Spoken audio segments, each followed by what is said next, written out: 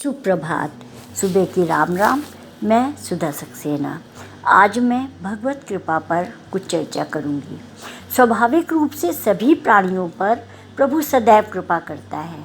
ऐसा इसलिए क्योंकि वह सहज कृपाला दीन दयाला है, अर्थात कि प्रत्येक प्राणी पर वह कृपा करते हैं।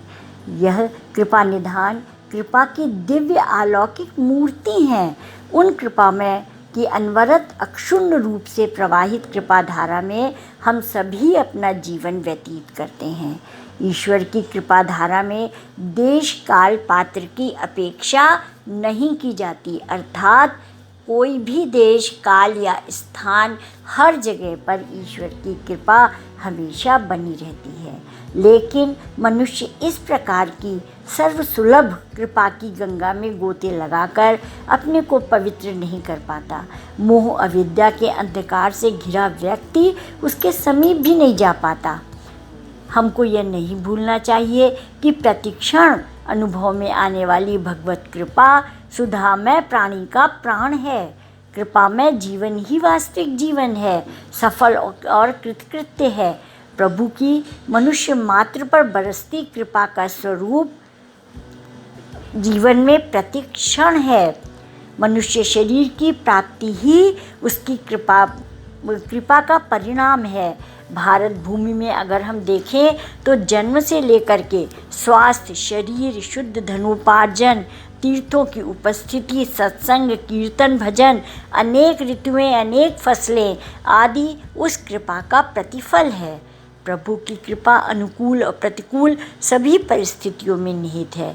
अनुकूल परिस्थितियों में तो है ही है, किंतु प्रतिकूल परिस्थितियों में छिपी भगवत कृपा उस कटु दवा के समान है जो सेवन काल में अप्रिय प्रतीत होती है, लेकिन उसके परिणाम सुखद होते हैं, हम ठीक हो जाते हैं।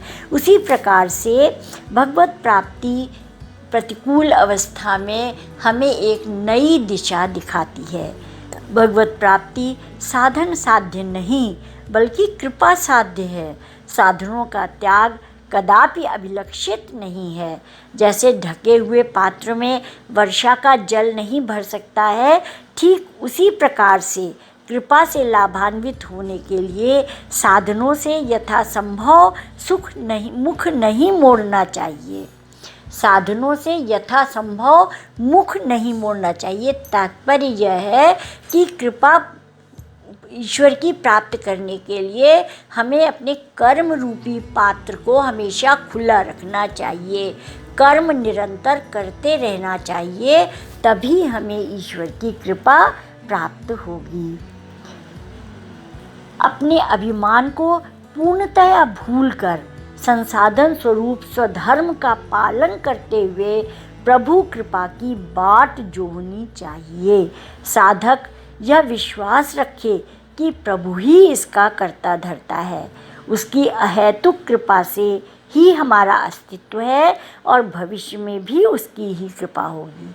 कृपा साधक को स्नेहमयी भगवत कृपा की प्राप्ति के लिए सदैव उत्कंठित और लालायित बना रहना चाहिए, परंतु इस दिशा में प्रयास किए बिना अपेक्षित परिणाम नहीं मिलेंगे।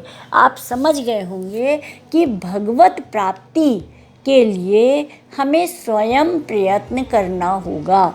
ईश्वर दया करने के लिए, आपकी सहायता करने के लिए तैयार बैठा है, लेकिन आपको अपने हाथ पैर चलाने होंगे, अपने मस्तिष्क को चलाना होगा, अपने काम को करना होगा, सत्कर्म करना होगा, तभी ईश्वर की दया की प्राप्ति होगी। आज इतना ही। धन्यवाद।